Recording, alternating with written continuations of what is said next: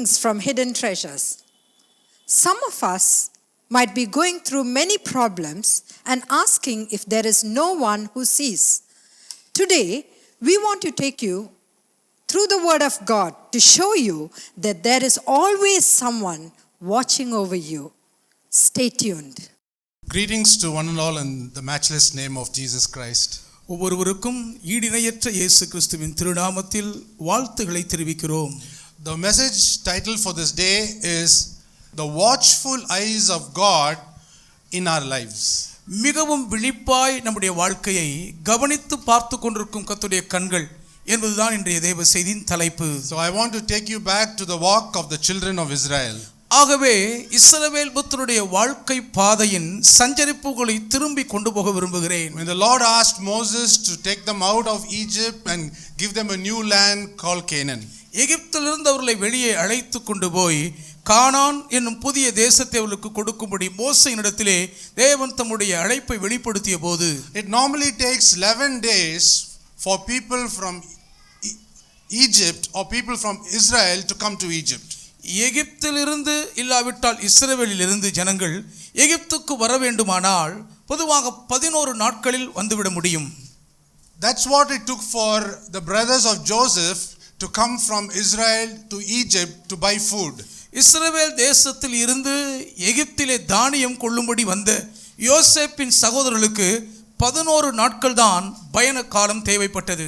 But we learn a very important lesson that when God is our leader, He always takes us in a different route, which it is not the way like man leads us.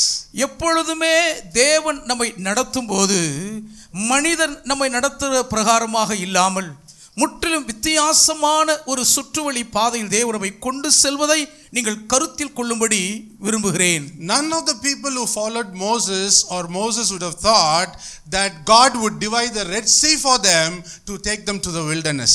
மோசேயாகட்டும் மோசேயின் கூட்டத்தை சார்ந்த யாரானாலும் சரி, வனாந்தர பாதையின் வழியிலே தங்களை கொண்டு போவதற்காக தேவன் வழிமறித்த சிவந்த சமுத்திரத்தை இரண்டாய் பிளப்பார் என்று அவர்கள் கனவிலும் நினைத்து பார்த்ததில்லை. And not only did He divide the Red Sea, He made them walk on dry ground and then took them to the wilderness.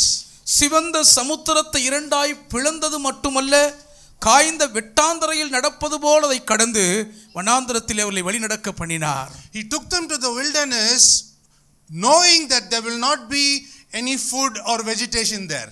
வனாந்தரத்திலே சாப்பிடுவதற்கு எந்த விவசாயமும் இல்லை, உணவுகளும் கிடைக்காது என்பதை நன்கு அறிந்தவராகத்தான் அவர்களை வனாந்தர பாதையில் கொண்டு சென்றார். God wanted to teach His people, I have my eyes over you. எப்போதும் என் கண்களை நான் உங்கள் மேல் வைத்து உங்களை நோக்கி கொண்டிருக்கிறேன் என்பதை தேவன் தம் ஜனங்களுக்கு கற்றுக் கொடுக்க விரும்பினார். Whether you are in the wilderness, நீங்கள் வனாந்தரத்தில் இருந்தாலும் சரி, whether you are in front of the Red Sea, நீங்கள் சிவந்த சமுத்திரத்துக்கு முன்னடியில் நின்றாலும் சரி, whether you are left alone in a desert, இல்லாவிட்டால் ஒரு பாலைவனத்தில் நீங்கள் மாத்திரம் தனியே கைவிடப்பட்டு போனாலும் சரி, or whether you are made to walk on fire, அல்லது அக்கினியின் ஊடாக நீங்கள் கடக்க நேரிட பண்ணினாலும் சரி, or when you go through the waters, அல்லது நீங்கள் தண்ணீர்களை ஊடாய் கடந்து போக நேர்ந்தாலும் சரி, my eyes are always upon you. என் கண்கள் எப்போதும் உங்கள் மேல் நோக்கமாய் இருக்கிறது என்பதை கர்த்தர் உறுதிப்படுத்துகிறார். So when God took these people to the wilderness, இந்த ஜனங்களை தேவன் வனாந்தரத்திற்கு கொண்டு வந்தபோது, any other leader had taken them, வேறு யாராவது தலைவன் அவர்களை வழிநடத்தி போயிருந்தால் they would all have died of starvation. அத்தனை பேரும் பட்டினி கிடந்தே மாண்டு போய் இருப்பார்கள். And God made sure that He will send food from heaven. ஆனால் தேவனோ அவர்களுக்கு வானத்திலிருந்து ஆகாரம் அனுப்புவதிலே மிகவும் கவனமாய் The இருந்தார். psalmist claims that the food that came from heaven was the bread of angels. வானத்திலிருந்து இறங்கி வந்த அந்த ஆகாரம் தூதர்களின் அப்பம் என்று சங்கீதக்காரர் வியக்கிறார். God sent manna all the way from heaven for His children. தம்முடைய பிள்ளைகளை போஷிப்பதற்காக தேவன் வானத்திலிருந்து மன்னாவை பொழிந்தார். The people could not understand the work of God nor the value of that food. தேவனுடைய செய்கைகளையோ இல்லாவிட்டால் தங்களுக்கு கிடைத்த உணவின் மதிப்பின் மேன்மையையோ அந்த ஜனங்களால் அறிந்து உணர முடியவில்லை. They were still thinking of the food in Egypt. இன்னும் அவர்கள் மனதில் எகிப்திலே சாப்பிட்ட உணவு வகையில் தான் ஓடிக்கொண்டிருக்கிறது. Living close to the river Nile, it was a very fertile region and you could get good food. Nile நதி கரையோரம் வாழ்வதென்பது நல்ல வளம் கொளிக்கும் பூமி, நல்ல வகையான உணவுகள் கைவசம் கிடைக்க பெற்றுக் கொள்ளும் இடம். Cucumbers, melons and leeks and garlics and onions and fish. வெள்ளரிக்காய், வெள்ளை பூண்டு, அலரி செடிகள் மற்றும் மீன் மச்ச வகைகள். They missed all this food and they were angry with God. எகிப்தின் புல் பூண்டுகளை எல்லாம் இப்பொழுது இல்லாத குறை நிமித்தம் தேவன் மேல் கோபப்படுகிறார்கள். And God says, I want to give you this manna because I want to detoxicate the smell of garlic and onions from your tongue. உங்கள் நாவிலே வாடை வீசிக் கொண்டிருக்கும் வெங்காயம், வெள்ளைப்பூண்டின் வாசனையின் நச்சுத்தன்மையை நான் கழற்றி எறிய வேண்டும் என்பதற்காக இந்த மன்னாவினால் உங்களை போஷிக்கிறேன் என்று தேவன் உளமாற பேசுகிறார். That is why he sends the manna to detoxicate their smell so that they could enjoy the milk and honey in Canaan. கானான் நாட்டின் பாலும் தேனும் கொடுக்கும் பரவச பாக்கியத்தை ரசித்து ருசிக்க செய்ய வேண்டும் என்பதற்காக நாவில் ஊறிப்போன வெங்காயம், வெள்ளைப்பூண்டின் மனத்தை தேவன் நாசம் பண்ணி அழிப்பதற்காக தான் இந்த மன்னாவை கொடுக்கிறார். I want to take a few minutes to talk about this manna. இந்த மன்னாவை குறித்து சில நிமிடங்கள் பேச விரும்புகிறேன். God sent manna all the way from heaven. வானத்திலிருந்து தேவன் மன்னாவை அனுப்பினார். And he gave a condition. ஒரு நிபந்தனை கொடுத்தார். You have to collect the manna for the day. அந்த நாளுக்குரிய மன்னாவை தான் நீங்கள் சேகரிக்க வேண்டும். You should not leave anything behind so that the next day the manna will turn into worms. நாளைக்கு வைத்துக் கொள்ளலாமே என்று கொஞ்சம் மன்னாவை மீதம் வைத்தால் அது புழுபுழுத்து விடும். And when the people left over manna and went and saw the next day, they found that it had become worms. கர்த்தருடைய வார்த்தையை மீறி கொஞ்சம் மன்னாவை மீதம் வைத்த ஜனங்கள் அடுத்த நாள் காலையில் திறந்து பார்த்தபோது பாத்திரத்திலே மன்னாவுக்கு பதிலாக புழு ஓடிக்கொண்டிருப்பதை தான் பார்த்தார்கள். Now listen to me carefully. கவனமாய் என்னை கேளுங்கள். The manna that came on Monday should be eaten on Monday itself. திங்கட்கிழமை வானம் பொழிந்த மன்னாவை திங்கட்கிழமையே சாப்பிட்டு விட வேண்டும். The manna that came on Tuesday should be eaten on Tuesday itself. செவ்வாய்க்கிழமை வானத்திலிருந்து இறங்கி வந்த மன்னாவை செவ்வாய்க்கிழமையே புசித்து தீர்த்து விட வேண்டும். The manna that came on Wednesday and Thursday should be eaten on Wednesday and Thursday itself. புதன்கிழமை வியாழக்கிழமை இறங்கி வந்த மன்னாவை புதன் வியாழக்கிழமையோடு முடித்து விட வேண்டும். Because if it spills over to the next day, there's going to be only worms. அடுத்த நாளுக்கு பார்த்துக் கொள்ளலாம் என்று கொஞ்சம் வைக்க நேர்ந்தால் அது புழுவாகத்தான் மாறி போய்விடும். But God told Moses, the manna that comes on Friday, you can also eat on Saturday. ஆனால் வெள்ளிக்கிழமை வானம் பொழியும் மன்னாவை நீ வைத்து சனிக்கிழமையும் சாப்பிடலாம் என்று தேவன் மோசேயிடம் சொன்னார். I will see to it that the manna that is supplied on Friday, you can also eat it on Saturday. வெள்ளிக்கிழமை வானம் பொழியும் மன்னாவை நீங்கள் சனிக்கிழமையும் சாப்பிடக்கூடிய அளவுக்கு நான் அதை பாதுகாத்து வைத்துக் கொள்வேன் என்று கர்த்தர் சொல்கிறார். So what did God do in the process? இந்த வழிமுறையில் தேவன் என்ன செய்கிறார்? Sabbath day being a day of rest. ஓய்வு நாள் இளைப்பாறுதலின் நாளாய் இருக்கிறபடியால் no one can go out into the fields and collect the manna. ஒருவரும் வெளிக்கு போய் மன்னாவை சேமிக்க முற்படக்கூடாது. Now God said, இப்பொழுது தேவன் சொல்கிறார், I will speak to the bacteria. நான் அந்த பாக்டீரியாக்களோடு பேசுவேன். Not to do its work. அது தன் கடமை அன்றைக்கு செயலாற்றக்கூடாது என்பேன். God who lives in heaven, பரலோகத்தில் வாசம் பண்ணுகிற தேவன் நான், control the bacteria in the manna. மன்னாவுக்குள் வேலை காட்டுகிற பாக்டீரியாவை என் கட்டுப்பாட்டுக்குள் வைத்திருக்கிற தேவன் We நான். as human beings cannot see the bacteria. மனிதர்களாய் இருக்கிற நம் கண்களுக்கு அந்த பாக்டீரியா கிருமிகள் தெரிவதில்லை. And if you have to see a bacteria, you need microscope. உங்களுக்கு அப்படிப்பட்ட கிருமிகளை பார்க்க வேண்டும் என்று சொன்னதற்கு நுண்ணோக்கி கருவி தேவை. But the God of this Bible, ஆனால் இந்த வேதாகமத்தின் தேவனுக்கு, நாம் ஆராதிக்கிற தேவனுக்கு, நாம் ஆராதித்து சேவிக்கிற தேவனுக்கு, control this bacteria இந்த வைரஸ் கிருமிகளை கட்டுப்படுத்துகிற தேவனுக்கு, from heaven, வானத்திலிருந்தே you shall not multiply, finished. பாக்டீரியாவை பார்த்து இதற்கு மேல் நீ பெருக கூடாது என்று சொன்னால் போதும், அவ்வளவுதான். And that is why the people could eat the manna on Saturday, same old manna that was sent on Friday. அது நிமித்தமாகத்தான் வெள்ளிக்கிழமை வானம் பொழுந்தின அதே பழைய மன்னாவை சனிக்கிழமை மக்கள் புதிதாய் புசிக்கும் பாக்கியம் பெற்றார்கள். When I understood this portion of scripture, இந்த வேத பகுதியை நான் தெளிவாக புரிந்து கொண்ட போதுதான் I realized what sort of a God I am serving. என்ன விதமான ஒரு தேவனை சேவிக்கிறேன் என்று வியக்க ஆரம்பித்தேன். What sort of a God is keeping watch over our lives? எப்படிப்பட்ட தேவன் நம்முடைய வாழ்க்கையெல்லாம் கண்காணித்து கவன பாதுகாப்பில் வைத்திருக்கிறார். He says, even before a word is formed in your tongue, I know what you are going to speak. உங்கள் நாவில் ஒரு சொல் பிறவாவதற்கு முன்னேயே நீங்கள் என்ன பேச போகிறீர்கள் என்று எனக்கு தெரியும் என்று சொல்கிறார். I know why you are sad today. இன்றைக்கு நீங்கள் ஏன் துக்கமாய் இருக்கிறீர்கள் என்று எனக்கு தெரியும். I know what happened during the week. வார நாட்களில் உங்களுக்கு என்ன நடந்தது என்றெல்லாம் எனக்கு தெரியும் என்கிறார். There is nothing that can stop me from seeing you and your daily affairs. உங்களையும் உங்கள் அன்றாட செயல்பாடுகளையும் நான் கவனித்து பார்க்க கூடாதபடி எதுவுமே தடை செய்ய முடியாது. God is saying, give your life to me, I'll watch over it. தேவன் சொல்லுகிறார், உங்கள் வாழ்க்கையை என்னிடம் கொடுத்து விடுங்கள், நான் அதை கவனமாய் பார்த்துக் கொள்கிறேன். When Jesus came and did ministry in the world, இயேசுவானவர் இந்த பூமியில இறங்கி வந்து உலகத்தில் தமக்கு நியமிக்கப்பட்ட ஊழியத்தை செய்து கொண்டிருக்கும் பாதையில் கவனிப்போமானால், he spoke about the value of sparrows. ஆகாயத்து பறவைகளுக்கு இருக்கும் மதிப்பை தெளிவுபட பேசினார். Especially he spoke about the sparrow, the சிட்டுக்குருவி. அதிலும் விசேஷமாக அடைக்கலான் குருவி என்று சொல்லப்படுகிற சிட்டுக்குருவிகளின் நிலையை, அதன் மதிப்பை உணர்த்துகிறார். பாருங்கள், They are the most helpless birds you can ever come across. நீங்கள் வாழ்க்கையிலேயே உதவிக்கற்ற நாதியற்ற பறவை என்றால் சிட்டுக்குருவிகள் தான். Any bird can intimidate this poor sparrow. எந்த பறவையானாலும் அப்பாவி சிட்டுக்குருவியை மிரட்டி பயமுறுத்தி விட முடியும். It will fall down to the ground if it sees the eagle coming towards it. கழுகு தன்னை நோக்கி பாய்ந்து வருவதை பார்த்தாலே கீழே விழுந்து விடும்.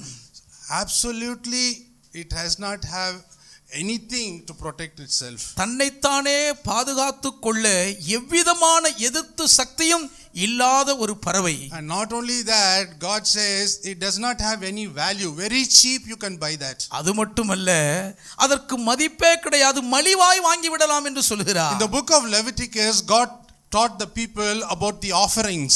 லேவியராகம புத்தகத்திலே தமக்கு செலுத்தப்பட வேண்டிய காணிக்கை பலி முறைமைகளை கர்த்தர் மேற்கோள் காட்டியிருக்கிறார். So he classified into 3 different offerings that people need to give him. மக்கள் தமக்கு வந்து படைக்கக்கூடிய காணிக்கைகளை 3 விதங்களில் வித்தியாசமாய் வகையறுக்கிறார். The rich people could give a lamb or a goat. பணம் பெருத்திருக்கிறவர்கள் வெள்ளாட்டையோ ஆட்டுக்குட்டியையோ காணிக்கையாக படைக்க வேண்டும். The middle class people could give either pigeons or doves. நடுத்தரத்தில் இருக்கிறவர்கள் புறாக்களையோ புறா குஞ்சுகளையோ கொண்டு வந்து பலியாக செலுத்தலாம். And the poorest of the poor, God says, could give cereal offerings. ஏழைகளிலும் வறியவர்களாயிருக்கும் ஏழைகள் தானிய பலிகளை செலுத்தலாம் என்று சொல்கிறார். But when Jesus came to this world to do ministry for 3.5 years, there were so many poor people. இயேசு கிறிஸ்து 3.5 ஆண்டு காலம் தம் ஊழியத்தை நிறைவேற்ற களம் இறங்கிய பொழுது ஏழை மக்கள் என்று சொல்லிக் கொள்ளக்கூடிய ஏராளம் பேர் இருந்தார்கள். And some of them could not even afford to buy the pigeons. சிலரால் ஒரு புறா குஞ்சை கூட வாங்கி காணிக்கை செலுத்த முடியாத அளவுக்கு திராணி இல்லாத நிலை. So instead of the pigeons and doves, the religious leaders brought in a rule that you can also give sparrows. அந்த புறா குஞ்சுக்கு பதிலாக திராணி இல்லாதவர்கள் அடைக்கலான் குருவியையும் நீங்கள் வாங்கி செலுத்தலாம் என்று அன்றைக்கு மதவாதிகள் சில ஒழுங்குகளை கொண்டு வந்தார்கள். So even if you cut a pigeon or a dove, blood is going to fall to the ground. Even if you cut a sparrow also, the blood is going to fall to the ground. எப்படி பார்த்தாலும் புறா குஞ்சை வெட்டினாலும் அதிலிருந்து ரத்தம் தான் கீழே சிந்தும். அதே போல் அடைக்கலான் குருவியை வெட்டினாலும் ரத்தம் தானே சிந்த போகுது என்றார்கள். The poorest of the poor people, they brought sparrows and gave it as an offering. ஏழைகளில் வறியவர்களாய் இருந்த ஏழை மக்கள் அடைக்கலான் குருவிகளை கொண்டு வந்து தேவனுக்கு பலி செலுத்தினார்கள். We can see what the gospel writer Luke talks about the sparrows and what the gospel writer Matthew talks about the sparrows. சுவிசேஷ புத்தக ஆக்கியோன்கள் லூக்கா அடைக்கலான் குருவி பற்றி என்ன சொல்கிறார் என்றும் மத்தேயு அடைக்கலான் குருவியை குறித்து என்ன சொல்கிறார் என்றும் கவனிப்போமா? Gospel of Luke chapter 12 verse 6. லூக்கா சுவிசேஷம் 12ஆம் அதிகாரம். And somebody take Matthew chapter 10 verse 29. 6ஆம் வசனம். யாராவது மத்தேயு 10:29 எடுத்துக் So கொள்ளுங்கள். we're going to see these 2 verses. இந்த 2 வசனங்களையும் பார்க்க போகிறோம். So for 1 penny you get 2 sparrows. ஒரே ஒரு காசுக்கு 2 அடைக்கலான் குருவிகள் கிடைக்கிறது. And God says, so cheap.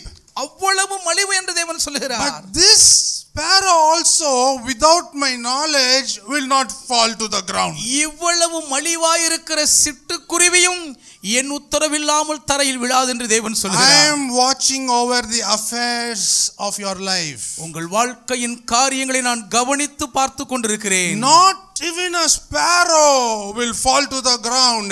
I am a God who is in control over not only that bacteria, also that sparrow. தலைக்கு மேல் பறந்து கொண்டிருக்கும் ஒரு அடைக்கலான் குருவி கூட கீழே விழாதபடிக்கு அந்த பாக்டீரியாவை கட்டுப்படுத்துகிற தேவனாயிராமல் அந்த சிட்டுக்குருவியையும் கண்காணிக்கும் தேவனாய் நான் இருக்கிறேன். Even that sparrow is in my eyesight and I know to give it life. அந்த சிட்டுக்குருவியும் என் பார்வைக்குள் இருக்கிறபடியால் அதற்கு உயிரை கொடுக்க நான் அறிந்திருக்கிறேன். Who can speak like that? யாரால இப்படி பேச முடியும்? Only the God who created the universe, you and me. அண்ட சராசரங்களையும் உங்களையும் என்னையும் படைத்த சிருஷ்டிகர்த்தா தேவன் ஒருவரால் மட்டும்தான் இப்படி சூளுரைக்க முடியும். When I am concerned about that useless sparrow, how much more I am concerned about your lives. ஒன்றுக்கும் உதவாத மதிப்பற்ற அடைக்கலான் குருவியின் மீது எனக்கு இவ்வளவு தனிப்பட்ட கவனம் அக்கறை இருக்குமானால் உங்கள் வாழ்க்கை குறித்து நான் எவ்வளவு கரிசனையும் கருத்துமாய் இருப்பேன் என்று கேட்கிறார். What does the gospel writer Luke say? லூக்கா என்ன சொல்லுகிறார்? 2 காசுக்கு 5 அடைக்கலான் குருவிகளை விற்கிறார்கள் அல்லவா? அவைகளில் ஒன்றாகிலும் தேவனால் மறக்கப்படுகிறதில்லை. Now let's do a little mathematical calculation here. இங்கே ஒரு சின்ன கணக்கு போட்டு பார்க்கலாமா? For 1 penny, 2 sparrows. For 2 pennies, how will 5 come? Only 4 comes. ஒரு காசுக்கு 2 அடைக்கலான் குருவி என்றால் இங்கே 2 காசுக்கு 4 தானே விற்கப்பட வேண்டுமானால் 5 அடைக்கலான் குருவி எப்படி வந்தது? Actually, when you look into the 5th sparrow, that is what we call it as freebies in our language in Tamil Nadu. கொசுறு. இந்த 4 அடைக்கலான் குருவிக்கு வாங்கினதுக்கு அப்புறம் ஒன்று 5வது வருகிறதே, அதை தான் தமிழிலே கொசுறு என்று சொல்லுவோம். We had no value in our life. நம்முடைய வாழ்க்கையில் நமக்கென்று ஒரு மதிப்பும் இருந்ததில்லை. Like that sparrow, anybody could eat us up. அந்த அடைக்கலான் குருவியை போல் விரும்புகிற யாரும் நம்மை சாப்பிட்டு ஏப்ப விட்டுற மாதிரி தான் இருந்துச்சு. God bought us from the devil. ஆனால் தேவனோ பிசாசிடம் இருந்து நம்மை விலை கொடுத்து வாங்கி கொண்டு வந்து விட்டார். We who had no value like the 5th sparrow, he shed his blood to buy us from the enemy. 5வது அடைக்கலான் குருவியை போல கொசுருவாய் விலை மதிப்பற்றிருந்த நம்மை மீட்கும்படி பிசாசிடம் இருந்தவர் தம் திரு ரத்தத்தை சிந்தி நம்மை மீட்டுக் கொண்டார். And this 5th sparrow that we are, God says, not one of you will be forgotten. 5வது அடைக்கலான் குருவியை போன்ற கொசுருவாய் இருக்கிற நம்மை பார்த்து தேவன் சொல்லுகிறார், உங்களில் ஒருவரும் மறக்கப்படுவதில்லை. Not only these little sparrows will fall to the ground without my knowledge, even I am telling you, none of you will be forgotten by me. I can keep a watch over your life. சிட்டுக்குருவியா இருக்கும் அடைக்கலான் குருவிகளில் ஒன்றாகிலும் என் அனுமதி இல்லாமல் கீழே விழாது என்பது மாத்திரமல்ல, உங்கள் ஒவ்வொருவருடைய வாழ்க்கையும் நான் மறப்பதில்லை. நீங்கள் என் கண்காணிப்பின் கீழ் பத்திரமாய் இருக்கிறீர்கள் என்று சொல்லுகிறார். Even as I spoke to you earlier, ஆரம்பத்தில் ஒன்று நான் பேசின வண்ணமாகவே God's eyes are over bacteria in this manna. அந்த மன்னாவை கெட்டு போக செய்யும் பாக்டீரியா கிருமிகள் மேல் கர்த்தருடைய கண்கள் இருக்குமானால் God's eyes are over you. உங்கள் மீதும் கர்த்தருடைய கண்கள் நோக்கமாய் God's eyes is upon that sparrow. அந்த அடைக்கலான் குருவிகள் மேல் கர்த்தருடைய கண்கள் இருக்கின்றன. I will tell you, one day there was a lady called Hagar. ஒரு பைபிள் வேதாகமத்திலே ஆகார் என்ற ஒரு பெண் இருந்தாள். She got into a problem with her mistress. தன்னுடைய எஜமாட்டியிடத்திலே ஒரு சிக்கலில் சிக்கிக் கொண்டாள். And Sarah wanted her to leave the home. ஆகவே சாராள் ஆகார் தன் வீட்டை விட்டு வெளியேற வேண்டும் என்று நினைத்து விட்டாள். And here was Hagar pregnant with a child and in the wilderness. கருவிலே ஒரு குழந்தையை சுமக்கக்கூடிய நிர்கதியில் வனாந்தரத்தில் ஆகார் இங்கே அலைந்து திரிகிறாள். All her life in Egypt she had worshipped different kinds of gods. தன் எகிப்து தேச வாழ்நாள் முழுவதும் பல்வேறு வித தெய்வங்களை வழிபட்டு வந்த பழக்கம் உள்ளவர். And here for the first time in her life, இங்கே தன் வாழ்க்கையில் முதல் முறையாக இப்போதுதான் in the wilderness, வனாந்தரத்திலே she heard the voice of God. தேவனுடைய சத்தத்தை அவள் கேட்டாள். Is there a God who can speak to me? என்னோடு இப்படி பேசக்கூடிய ஒரு தெய்வம் இருக்கிறதா? I have never had this experience before. இதுவரை என் வாழ்க்கையில் இப்படிப்பட்ட ஒரு முன் அனுபவம் எனக்கு கிடைத்ததே இல்லையே. And the Lord told her to go back to Abraham's house. ஆபிரகாமின் வீட்டுக்கு அவளை திரும்பி போகும்படி கர்த்தர் கட்டளையிட்டார். From that day it was a new experience for her. அந்நாளில் இருந்து ஆகாருக்கு அது ஒரு புதிய அனுபவமாகவே இருந்தது. I have a Lord who sees me. என்னை காண்கிற ஒரு கர்த்தர் இருக்கிறாரே. El Roi. He is watching over me. என்னையே பார்த்து கொண்டிருக்கிற தேவன் இவர். I don't have to worry about the future. எதிர்காலத்தை குறித்து நான் கவலைப்பட வேண்டிய அவசியமே இல்லை. That day would have been a turning point in her life. அந்நாள் தான் அவள் வாழ்க்கையிலே திருப்புமுனையாய் இருந்திருக்க வேண்டும். For many of us, I want to tell you, we all have a turning point in our life. இன்றைக்கு நம்மிலே எல்லாருக்கும் நம்முடைய வாழ்க்கையிலே திருப்புமுனை என்று ஒன்று இருக்கிறது தான். Let this message today be a turning point in your life. இன்று நீங்கள் கேட்ட இந்த தேவ செய்தி உங்கள் வாழ்க்கையின் திருப்புமுனையாய் இருப்பதாக. That you have the assurance that God is watching over you. கர்த்தர் எப்போதும் என்னை பார்த்து கொண்டே இருக்கிறார் என்று அசைக்க முடியாத நிச்சயத்தை பெற்றுக்கொள்ளுங்கள். No matter what is happening in my life, உங்க வாழ்க்கையில என்ன நடந்தாலும் சரி, He will never let me down. ஒருபோதும் என்னை அவர் கைவிடவே மாட்டார். He who saw Agar on that day, அந்நாளில் வனாந்தரத்தில் அலைந்த ஆகாரை கண்ட தேவன் He can still see you today. இன்றைக்கும் உங்களையும் பார்க்க வல்லவராய் இருக்கிறார். Maybe I don't know why you are sitting here, but God knows why you have come here. நீங்கள் ஏன் இங்கே அமர்ந்திருக்கிறீர்கள் என்று எனக்கு தெரியாது, ஆனால் ஏன் நீங்கள் இங்கே வந்தீர்கள் என்று தேவனுக்கு தெரியும். For years together I used to get so scared of going in an airplane. எத்தனையோ பல வருஷ கணக்காக ஆகாய விமானத்தில் பறப்பதென்றால் நினைத்த உடனேயே நான் பயத்தில் வெலவெலுத்து போய் விடுவேன். Sometimes I used to wish, I hope my program gets cancelled. சில நேரங்களிலே இந்த நிகழ்ச்சி ரத்தானால் நலமா இருக்குமே என்று கூட உள்ளுக்குள் ஒரு விருப்பம் இருக்கும். Going in an airplane was the most difficult thing for me. ஆகாய விமானத்தில் பறந்து பயணிப்பதுதான் எனக்கு மிக மிக கடினமான ஒரு காரியமாக இருந்தது. You must meet my wife and ask her how I sit in the airplane. நான் ஆகாய விமானத்தில் ஏறி எப்படி உட்கார்ந்து இருப்பேன் என்று என் மனைவியை பார்த்து கேட்டு தெரிந்து கொள்ளுங்கள். It took ages for me to conquer this fear. இந்த பயத்தை நான் ஜெயித்து வென்று தைரியம் அடைய எத்தனையோ பல ஆண்டுகள் ஆயின. Till God only taught me from this verse. இந்த வசனத்திலிருந்து தான் தேவன் எனக்கு இந்த தைரியத்தை கற்றுக் கொடுத்தார். When I am telling you that not even a sparrow will fall to the ground, how will I let an airplane in which you are traveling to fall to the ground? ஒரு அடைக்கலான் குருவியே என் அனுமதி இல்லாமல் தரையில் விட மாட்டேன் என்று சொல்லுகிறேனே, அப்படி இருக்க நீ பறந்து கொண்டிருக்கும் ஆகாய விமானம் விண்ணிலிருந்து கீழே விழ எப்படிப்பா விடுவேன் என்று கேட்டார். I'm telling you, God is so watchful over our lives. அந்த அளவுக்கு தேவன் நம்முடைய வாழ்க்கையின் மேல் தனிப்பட்ட கவனம் உள்ளவராய் கண்காணிக்கிறார் என்பதை தான் சொல்லுகிறேன். In the year 1994, 1994ஆம் ஆண்டில் miserable time in my life. என் வாழ்க்கையிலே மிகவும் துயரப்படத்தக்க நேரமாய் இருந்தது. There was not a day where I used to think I should end my life. என் வாழ்க்கையை முடித்துக் கொள்ள வேண்டும் என்று நான் நினைக்காத நாளே இல்லை. I had a son. எனக்கு ஒரு மகன் இருந்தான். And my second son also was to be born. அது அப்பொழுது என்னுடைய இரண்டாவது மகன் பிறக்க இருந்தான். I had resigned my job not because I wanted to resign, but I was so sick that I could not go to work. ராஜினாமா செய்ய வேண்டும் என்பதற்காக அல்ல, வேலைக்கு போக முடியாத அளவுக்கு சரீர பலவீனமான இருந்தபடியினால் ராஜினாமா செய்தேன். I remember that night while sitting on the bed, I told my wife, I'm going to walk straight into the sea. நேராக நான் கடலில் நடந்து போய்விடப் போகிறேன் என்று அன்றைக்கு என் மனைவியின் அருகில் படுக்கையில் இருந்து நான் சொன்னது இன்றும் எனக்கு ஞாபகத்தில் இருக்கிறது. Then my wife asked me, அப்பொழுது என் மனைவியிடத்தில் கேட்டார்கள், who will take care of our children? அப்படின்னா பிள்ளைங்களெல்லாம் யாருங்க பார்த்துப்பாங்க? God will take care. தேவன் பார்த்துக் கொள்வார்மா. But I cannot handle anymore. ஆனா இதுக்கு மேல என்னால இதை சமாளிக்க I முடியாது. cannot handle this life anymore. இனிமே இந்த வாழ்க்கையை என்னால சமாளிக்க I முடியாது. just want to go walk straight into the Marina beach. அப்படியே Keep on going. அப்படியே நேரா அந்த மெரினா கடலுக்குள்ள நடந்து போய்கிட்டே இருக்க போறேன். And the next morning I went and dropped off my wife in the hospital and came because she's a doctor. அடுத்த நாள் காலையில் மருத்துவ அலுவலராக இருந்த என் மனைவியை மருத்துவமனையிலே போய் இறக்கி விட்டு போகும்போது, and I was seriously contemplating the next day, how am I going to walk into the sea?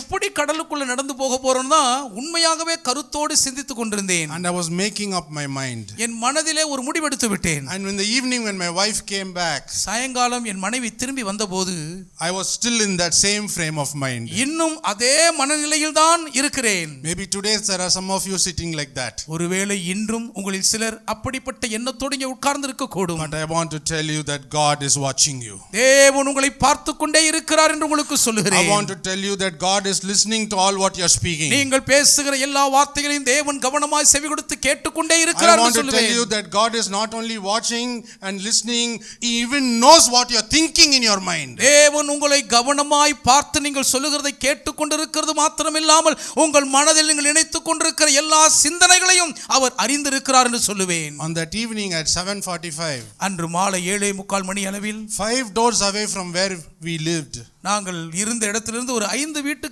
அந்த பக்கம் there was a godly family which had regular meetings. தொடர்ந்து கூட்டங்களை நடத்துகிற பக்தியுள்ள ஒரு குடும்பம் இருந்தார்கள். There used to be an auntie called Kasturi auntie, and she is still there. கஸ்தூரி ஆண்டின்னு ஒருத்தர் இருந்தாங்க, இன்னும் அங்கே தான் இருக்காங்க அவங்க. She gave a call to my wife and said, I somehow feel you should come for this meeting and get prayed. என்னுடைய மனைவியை தொலைபேசியில் தொடர்பு கொண்டு நீங்க இந்த கூட்டத்துக்கு வந்து ஜெபித்துக் கொள்ள வேண்டும் என்று எனக்குள் ஒரு உள்ளுணர்வு இருக்கிறதமா, வாருங்கள் என்று அழைத்தார்கள். The guest speaker there on that day was brother Augustine Joseph.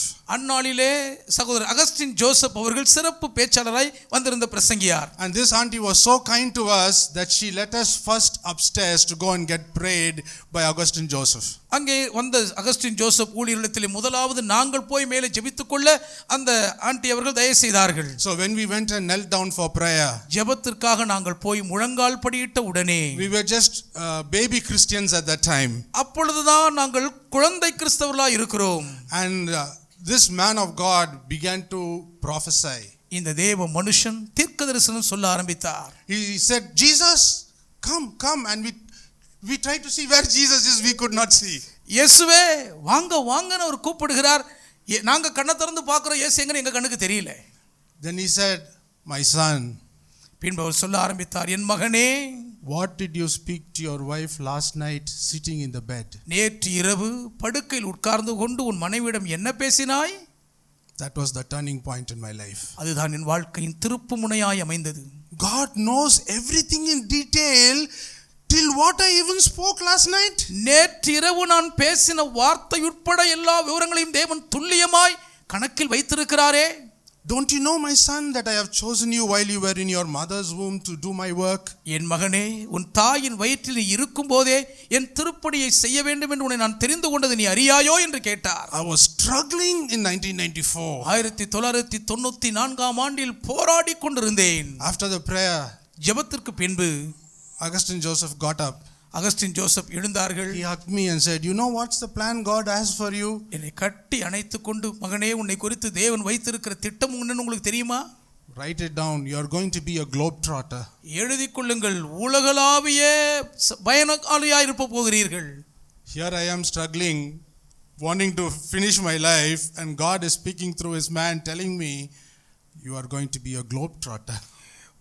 உயிரை மாய்த்துக் கொள்ள வேண்டும் என்று நினைப்பில் இங்கே உள்ளுக்குள் போராடி கொண்டிருக்கிற தேவனோ உலகம் முழுவதும் நீ காலடித்தடம் பதிப்பாய் என்று இங்கே தேவ மனிதர் மூலம் பேசுகிறார். And in the last 25 years of ministry, God has taken me to more than 25 countries to preach his word. கடந்த 25 ஆண்டுகளிலே 25 நாடுகளுக்கு மேலாக தம் திருவார்த்தை பிரசங்கிக்க தேவன் என்னை அழைத்து சென்று வந்திருக்கிறார். His eyes were on me in the year 1994. 1994 ஆண்டில் அவரது கண்கள் என் மேல் நோக்கமாய் பதிந்திருந்தன. Even now he is watching me and listening to me what I am preaching to you today. இப்போதும் கூட நான் உங்களோடு என்ன பிரசங்கித்துக் கொண்டிருக்கிறேன் என்பதையே அவர் கவனித்து பார்த்து கொண்டிருக்கிறார். This God is the living God. இந்த தேவன் ஜீவனுள்ள தேவனாய் இருக்கிறார். His name is Jesus Christ. அவர் திருநாமம் இயேசு கிறிஸ்து என்பதாகும். If you give your life to him, உங்கள் வாழ்க்கையை அவரிடம் நீங்கள் ஒப்புக் கொடுத்தால் he will lead you. அவரே உங்களை நடத்தி செல்வார். You might be nothing today. இன்றைக்கு நீங்கள் ஒன்றுமே இல்லாதவர்களாய் இருக்கலாம். You might be thinking, I want to finish my life. என் வாழ்க்கையை முடித்துக் கொள்ள வேண்டும் என்று நினைத்துக் கொண்டிருக்கலாம். He will give new life to you. உங்களுக்கு ஒரு புதிய வாழ்க்கை பாதையை கொடுப்பார். Lazarus was already dead. லாசரு ஏற்கனவே மரித்து விட்டான். And 4 days he has been in the grave. கல்லறைக்குள்ளே அடக்கம் பண்ணி சமாதியாகி 4 நாளாகி விட்டன. And Jesus called out out his name. இயேசு பெயர் சொல்லி கூப்பிடுகிறார். Lazarus, come out. லாசருவே வெளியே வா. Martha said, if you do that, only smell will come. ஆண்டவரே இப்படி கூப்பிட்டால் வெறும் மரண பிணவாடை தான் வீசும் என்று மார்த்தாள் பரிதவிக்கிறாள். Neither smell came, no nothing else came, but Lazarus came. பிணவாடையும் வரவில்லை, வேறொன்றும் வரவில்லை, லாசரு தான் வெளியே வந்தான். The God of heaven and earth, வானத்தையும் பூமியும் உண்டாக்கின தேவன், the God of this universe, அண்ட சராசரங்களின் தேவனாகிய கர்த்தர் is your God and my God. உங்கள் தேவனும் என் தேவனுமாய் இருக்கிறார். You have come here this morning to worship him, இவரை ஆராதித்து தொழுது சேவிக்க தான் இந்த காலை நேரம் இங்கு King வந்திருக்கிறீர்கள். of kings and the Lord of lords. ராஜாதி ராஜாவும் கர்த்தாதி கர்த்தாவுமானவரை தொழுது He வந்திருக்கிறீர்கள். can see your tears. உங்கள் கண்ணீரை அவர் பார்க்கிறார். He knows the struggles that you are going through. நீங்கள் கடந்து போய் கொண்டிருக்கும் வாழ்க்கையின் போராட்டங்களை அவர் அறிந்திருக்கிறார். But have you given your life to him to lead you? அவரே உங்களை வழிநடத்தத்தக்கதாக உங்கள் வாழ்க்கை அவரிடத்தில் நீங்கள் ஒப்பு கொடுத்ததுண்டா? I want to ask you a very important question. மிக முக்கியமான ஒரு கேள்வி உங்களிடம் கேட்க வாஞ்சிக்கிறேன். You might come to church every Sunday. ஞாயிறு தோறும் தவறாமல் நீங்கள் சபைக்கு வந்து போய் கொண்டிருக்கலாம். You might left one church to go to another church. ஒரு சபைக்கு வர வேண்டும் என்பதற்காக ஒரு சபையை விட்டுவிட்டே நீங்கள் வந்திருக்கலாம். All that doesn't matter. அதெல்லாம் ஒரு பொருட்டே இல்லை. But have you given your life and the leadership to the Lord Jesus Christ? கர்த்தராகிய இயேசு கிறிஸ்துவின் தலைமைத்துவத்தில் வழிநடத்தப்பட உங்கள் வாழ்க்கையை அவர் கரத்தில் நீங்கள் ஒப்பு கொடுத்திருக்கிறீர்களா என்பதுதான் கேள்வி. Do you have a plan for your own life? உங்கள் சொந்த வாழ்க்கை குறித்த ஒரு செயல் திட்டம் உங்களுக்கு இருக்கிறதா? Or are you going to allow Jesus Christ to script your life? இல்லாவிட்டால் ஆண்டவர் இயேசு கிறிஸ்துவே உங்கள் வாழ்க்கைக்கு வரைவிலக்கணம் எழுத விட்டு கொடுப்பீர்களா? He is not one who looks into your lineage. உங்களுடைய வம்ச வரலாறுகளை எல்லாம் திரும்பி பார்த்து அசந்து போகிறவர் அவர் அல்ல. He only looks at your heart, whoever you are. நீங்கள் யார் எவராக இருந்தாலும் உங்கள் இதயத்தை மட்டும்தான் அவர் கருத்தில் கொண்டு நோக்குவார். He is not looking for status symbols. வாழ்க்கையிலே அந்தஸ்தின் அடையாள சின்னங்களை அவர் தேடி திரிவதில்லை. He is not interested to which religion, caste, creed, heritage you are. நீங்கள் எந்த பாரம்பரியமிக்க மதம், இனம், ஜாதி, பேதத்தை சார்ந்தவள் என்ற எந்த வரையறையும் அவர் தேடி பார்ப்பதில்லை. But if you give your life to him, ஆனா உங்க வாழ்க்கையிடத்தில் ஒப்பு கொடுத்து விட்டால் your sorrow will turn to joy. உங்கள் துக்கம் சந்தோஷமாக மாறும். Your mourning will turn to dancing. உங்கள் துயரம் ஆனந்த களிப்பாக மாறும். The devil cannot do anything to you. பிசாசால உங்களுக்கு எதையுமே செய்ய முடியாது. Jesus said, I am the door. இயேசு நானே வாசல் என்றார். If anyone has to cross that door, should be able to take victory over Jesus Christ. அந்த வாசலை கடந்து யாராவது உள்ளே வர வேண்டுமானால் இயேசுவை ஜெயிச்சாதான் முடியும். I know that my Lord is the door there. அங்கே என் ஆண்டவர் தான் வாசலாய் நிற்கிறார் என்று நான் அறிவேன். Satan can never enter because he has to enter through Jesus Christ. சாத்தானால உள்ள வரவே முடியாது. ஏன் அப்படி வரணும்னா அவன் இயேசுவின் ஊடாக தான் நுழைந்து வர வேண்டும். He is not only the door of the church. இயேசு திருச்சபையின் வாசலாய் இருப்பது மட்டுமல்லாமல் He is the door in my house. என் வீட்டுக்கும் அவர்தான் வாசலாய் இருக்கிறார். He is the door in my heart. என் இதயத்தின் வாசலும் இயேசுவே. He is the door in heaven where you have to go and knock. நீங்கள் போய் தட்டுவதற்காக பரலோகத்துக்கான நுழைவாசலும் அவர்தான். So I want to give you this offer. இந்த சலுகை உங்களுக்கு கொடுக்க விரும்புகிறேன். Give your life to Jesus. உங்கள் வாழ்க்கையை இயேசுவுக்கு ஒப்பு கொடுங்க. Ask him to lead you. இயேசுவே என்னை வழிநடத்தும் என்று கேளுங்கள். He will keep his watch over you. அவர் உங்கள் மீது தன் கவனமான கண்களை வைத்து பாதுகாப்பார். And more than you could ever dream or imagine. நீங்கள் கற்பனையிலே நினைத்து பார்க்க முடியாத அளவுக்கு அதிகமாக He can bless you. உங்களை அவரால் ஆசீர்வதிக்க முடியும். One condition. ஒரே ஒரு நிபந்தனை தான். Give your life to him. உங்க வாழ்க்கையை அவரிடம் கொடுத்து விடுங்கள் போதும். There are people who give only their hair to God. தங்கள் தலைமுடியை மட்டும் தெய்வத்துக்கு காணிக்கை கொடுக்கும் பலர் இருக்கிறார்கள். But our God asks for life. நம்முடைய தேவன் ஜீவனை கேட்கிறார். God bless you. கர்த்தர் உங்களை ஆசீர்வதிப்பாராக. Be it in the wilderness, or standing before the Red Sea, or passing through the waters, or the fire, if you wholeheartedly submit to the Lordship of Jesus Christ, be rest assured that He will watch over you. For the word of God says, I will instruct you and show you the way. I will guide you with my eye.